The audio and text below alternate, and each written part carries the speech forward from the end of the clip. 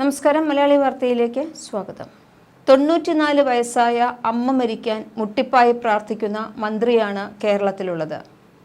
കേരളത്തിലെ മന്ത്രിയുടെ വായിൽ നിന്നും അത് പുറത്തു വന്നിരിക്കുകയാണ്. കേരളത്തിൽ മരണനിരക്ക് കുറയുന്നത് സർക്കാരിന് ബാധ്യതയാണ് എന്നാണ് മന്ത്രി വലിയ വായിൽ വിളിച്ചു പറയുന്നത്. ലോകം മുഴുവനും മരണനിരക്ക് കുറയ്ക്കാൻ ശ്രമിക്കുമ്പോഴാണ് കേരളത്തിൽ മരണനിരക്ക് കുറഞ്ഞെന്നും പറഞ്ഞ് മന്ത്രി തന്നെ വലിയ വായിൽ നിലവിളിക്കുന്നത്. ശമ്പളം കൊടുക്കാനും പെൻഷൻ കൊടുക്കാനും പലിശ നൽകാനും ക്ഷേമ വികസന പ്രവർത്തനങ്ങൾ നടത്താനും പണമില്ലാതെ എന്തു ചെയ്യും എന്നറിയാത്ത അവസ്ഥയിലാണത്രേ കേരള സർക്കാർ.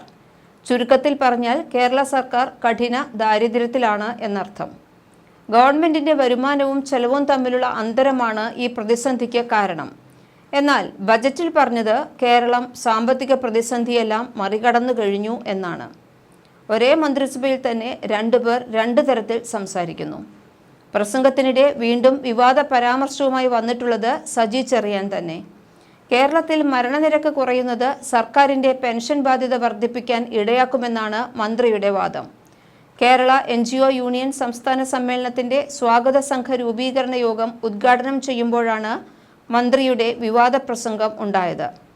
ആരോഗ്യപരിപാലനത്തിൽ കേരളം ഒന്നാമതാണെന്നും അത് ഒരു പ്രശ്നമാണ് എന്നുമായിരുന്നു മന്ത്രി പറഞ്ഞത്. ലക്ഷക്കണക്കിന് ആളുകൾ കേരളത്തിൽ പെൻഷൻ പറ്റുന്നുണ്ട് എന്നും ആരോഗ്യ പരിപാലനത്തിൽ സംസ്ഥാനം ഒന്നാമതാണെങ്കിലും മരണസംഖ്യ കുറയുന്നത് ഒരു പ്രശ്നം തന്നെയാണ് എന്നുമാണ് സജി ചെറിയാൻ പറയുന്നത്. പെൻഷൻ പറ്റുന്ന ലക്ഷക്കണക്കിന് ആളുകൾ കേരളത്തിലുണ്ട്. മരണസംഖ്യ വളരെ കുറവുമാണ്. ജീവനക്കാരുടെ ശമ്പളം, പെൻഷൻ, ക്ഷേമ പെൻഷൻ തുടങ്ങി സംസ്ഥാന സർക്കാരിൻ്റെ സാമ്പത്തിക ബാധ്യതകൾ വിവരിക്കവെയാണ് മന്ത്രിയുടെ ഈ പരാമർശം ഉണ്ടായത്. എല്ലാവരും മരിക്കണമെന്നല്ല ഞാൻ ഈ പറഞ്ഞതിൻ്റെ അർത്ഥം. ആരോഗ്യ പരിപാലനത്തിൽ കേരളം ഒന്നാമതാണ്, അതും പ്രശ്നമാണ്. ജനിക്കുന്നത് മാത്രമല്ല, മരിക്കുന്നതും വളരെ കുറവാണ്. 80, 90, 95, 100 വയസ്സുവരെയൊക്കെ ജീവിക്കുന്നവരുണ്ട്, മന്ത്രി പറയുന്നു. പെൻഷൻകാരെ അടച്ചാക്ഷേപിക്കുന്ന മന്ത്രി സ്വന്തം അമ്മയെ പോലും വെറുതെ വിട്ടിട്ടില്ല. 94 വയസ്സായ തൻ്റെ അമ്മയും പെൻഷൻ വാങ്ങുന്നുണ്ട്. എന്തിനാണ് അമ്മയ്ക്ക് പെൻഷൻ എന്ന് ചോദിച്ചിട്ടുണ്ട് എന്നുമാണ് മന്ത്രി പറയുന്നത്.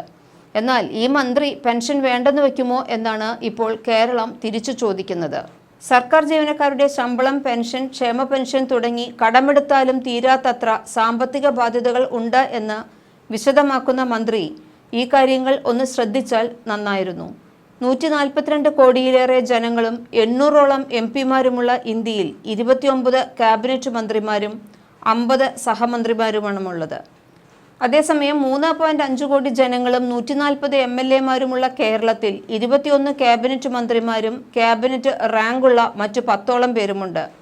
കേന്ദ്രത്തിലേതുപോലെ കേരളത്തിലെ മന്ത്രിമാരുടെ എണ്ണം മൊത്തം നിയമസഭാംഗങ്ങളുടെ 10% കുറച്ച് 14 മന്ത്രിമാരിൽ ഒതുക്കാൻ കഴിയുമോ?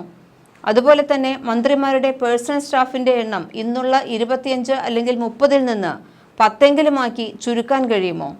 പാവപ്പെട്ട അധ്യാപകരുടെയും സർക്കാർ ജീവനക്കാരുടെയും കഞ്ഞിയിൽ കൈയിടുന്നതിനു പകരം മന്ത്രിമാരുടെയും അവരുടെ പേഴ്സണൽ സ്റ്റാഫിൻ്റെയും പെൻഷൻ നിർത്തലാക്കാൻ കഴിയുമോ?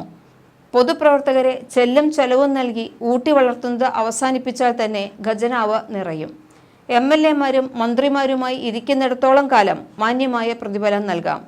അതിനുശേഷം അഗ്നിവീർ സേനാംഗങ്ങൾക്ക് നൽകുന്നതുപോലുള്ള മാന്യമായ പ്രതിഫലം നൽകി അവരെ ഒഴിവാക്കിയാൽ സ്വന്തം അമ്മ ദീർഘായുസ്സായി ഇരിക്കുന്നു എന്ന് വലിയ വായിൽ പറയേണ്ടി വരില്ലല്ലോ.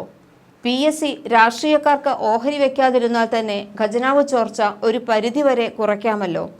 PSC എന്ന വെള്ളാനയെ കുളിപ്പിച്ച് ഒരുക്കി നിർത്തുന്നതിൻ്റെ ചെലവ്, KV തോമസിൻ്റെ യാത്രാബത്ത മാത്രം 11 ലക്ഷം. ഇത്തരം ഓരോരുത്തരെയും എടുത്തു നോക്കിയാൽ ധൂർത്തിൻ്റെ കേളി അരങ്ങ് തന്നെയാണ് കേരളം. ഇതൊന്ന് കുറച്ചാൽ തന്നെ അമ്മയുൾപ്പെടെയുള്ള വയോജനങ്ങളുടെ ആയുസ്സൊടുങ്ങാൻ പ്രാർത്ഥിക്കാതെ കഴിയുമല്ലോ. ന്യൂസ് ഡെസ്ക്, മലയാളി വാർത്ത.